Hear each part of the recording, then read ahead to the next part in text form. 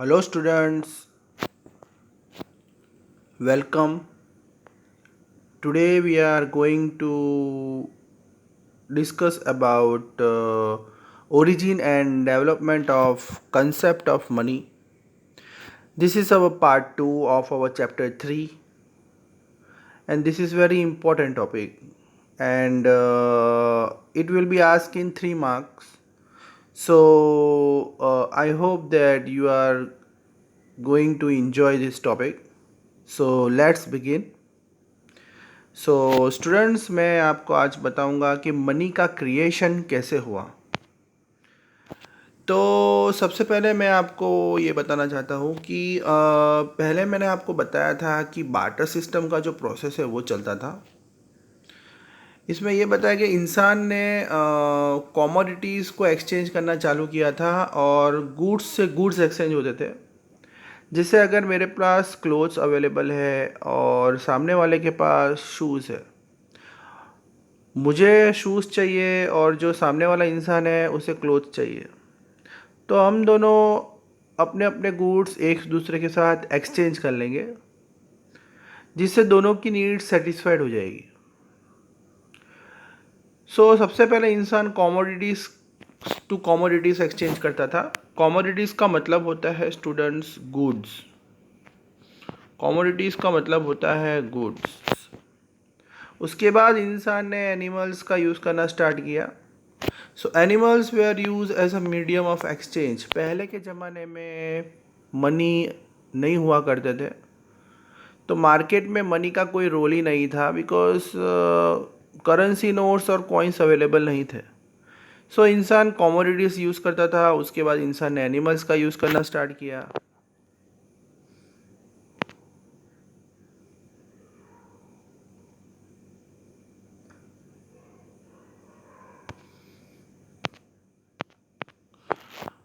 अब हुआ क्या, क्रॉप्स की वैल्यू बढ़ गई, क्योंकि सबसे पहले जो काम होता था वो एग्रीकल्चर का होता था। एक ही काम सब जगह होता था और वो था एग्रीकल्चर, क्योंकि पहले कोई इंडस्ट्रीज वगैरह अवेलेबल नहीं थी।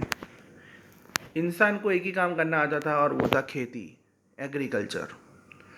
इंसान क्रॉप्स ग्रो करता था। थोड़ा क्रॉप्स वो अपने फैमिली के लिए ग्रो करता था, और पहले जो एग्रीकल्चर हुआ करता था वो इंसान के लिए एक फैमिली बिजनेस था। मतलब इंसान जो क्रॉप्स उगाएगा वो अपने फैमिली के लिए उगाएगा, और जो सरप्लस बच जाएगा, जो स्टॉक बच जाएगा, उससे वो एनिमल को बाय करेगा। क्योंकि एनिमल जो था वो इंसान की पूरी नीड्स को पूरा करता था। इंसान जो क्रॉप्स उगाता था उसको मार्केट में बेच के एनिमल्स को बाय करता था। और आपको पता होगा, एनिमल्स पहले के ज़माने में बहुत वैल्यूएबल थे। जैसे आज हम मनी का इम्पोर्टेंट रोल प्ले कर देख रहे हैं। जैसे मनी आज कितना कीमती है, सब जगह इंसान को पैसा पैसा और पैसा ही चाहिए। तो वैसे पहले एनिमल्स पैसे की तरह यूज़ किए जाते थे। आपको मार्केट में कोई भी सामान खरीदना है और आपके पास एनिमल अवेलेबल है, तो आप अपने एनिमल को एक्सचेंज करके दुनिया का कोई भी सामान खरीद सकते थे। मतलब अगर जिसके पास एनिमल होगा तो वो बंदा होगा बहुत ही पैसे वाला, रिच। जैसे हॉर्स, काव, बफेलो की डिमांड बहुत थी, उसे एक्सचेंज किया जाता था। मतलब अगर आपके पास काव है या आपके पास बफेलो है और आपको मार्केट में कोई भी गुड्स चाहिए, तो आप अपनी काव या बफेलो या हॉर्स देके वो पा सकते हो, क्योंकि काव बफेलो आपको मिल्क प्रोवाइड करते थे, हॉर्स ट्रांसपोर्टेशन के लिए काम आता था। तो डिमांड में बहुत थे, तो हर इंसान अपना गुड्स देने के लिए रेडी था अगर आपके पास ये एनिमल्स अवेलेबल हो। Animals become a standard of measure of exchange. तो एक इम्पॉर्टेंट मीडियम बन चुका था एनिमल, एक स्टैंडर्ड मेजर बन चुका था। मार्केट में जिसके पास भी एनिमल होगा वो कोई भी सामान खरीद सकता है।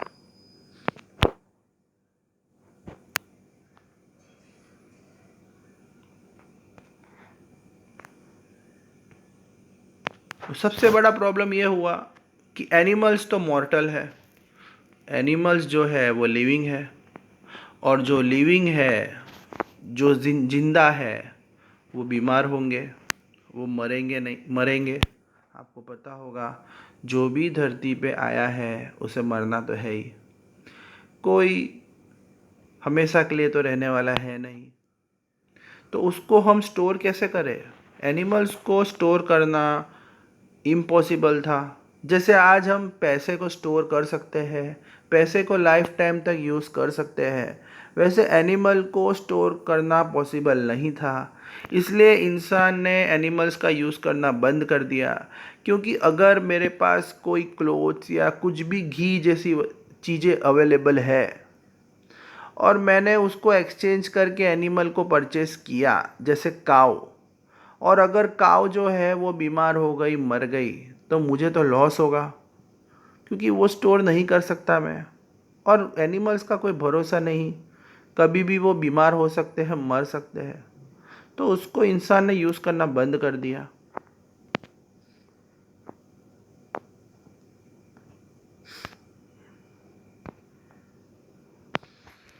उसके बाद इंसान ने एनिमल की जगह पे मिनरल स्टोन्स यूज़ करने स्टार्ट किए, कीमती पत्थर यूज़ करने चालू किए। ये कीमती पत्थर जो थे वो एनिमल्स की जगह पे मार्केट में यूज़ किए गए। अगर आपके पास मिनरल स्टोन्स है तो आप मार्केट में कोई भी सामान खरीद सकते हो। और उसके बाद इम्पेरियलिज्म चालू हुआ, राजाओं का राज चालू हुआ। धीरे धीरे उन्होंने अपना रूल स्प्रेड किया सब जगह। तो आपको पता होगा, जब राजा और राज करते थे तो वो अपने अपने कॉइन्स बनवाते थे अपने नाम से, अपने पिक्चर से। तो जहाँ पे एनी किंग्स होंगे वहाँ पे वो रूल करेंगे और उनके कॉइन्स यूज़ किए जाएंगे। But the only limitation coins can be use in limited society.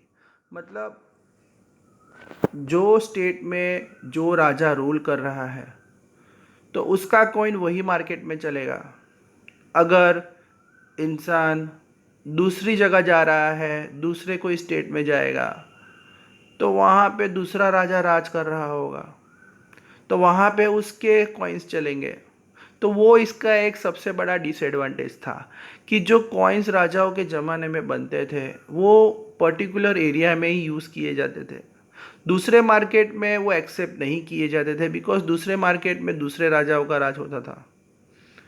तो अब हुआ क्या, धीरे धीरे उनका राज खत्म हो गया, किंग्स रूल कम हो गए।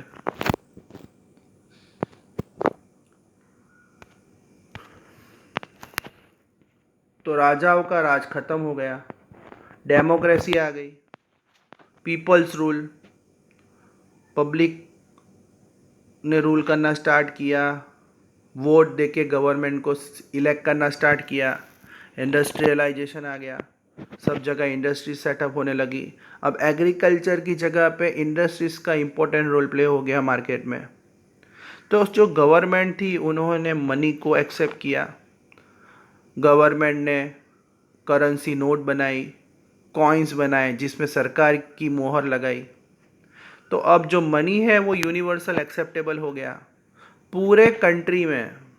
फुल कंट्री में आपको कहीं भी जाना होगा तो money is an important plays an important role. Money has become universally acceptable medium. So if you want to buy anything in the market, you can buy with the help of money, because it is a universal acceptable and it has a storage value। मतलब जो money था उसका storage value भी होता है। जैसे previous में मैंने आपको बताया था कि we can not store animal, we can not store crops, but we can store money, because it is not a perishable item. Money जो है वो पेरिसेबल नहीं है, वो ख़राब नहीं होगा, डैमेज नहीं होगा, तो you can use for a life time. So now money is an important plays an important role. It has a storage value and it is used as a medium of exchange.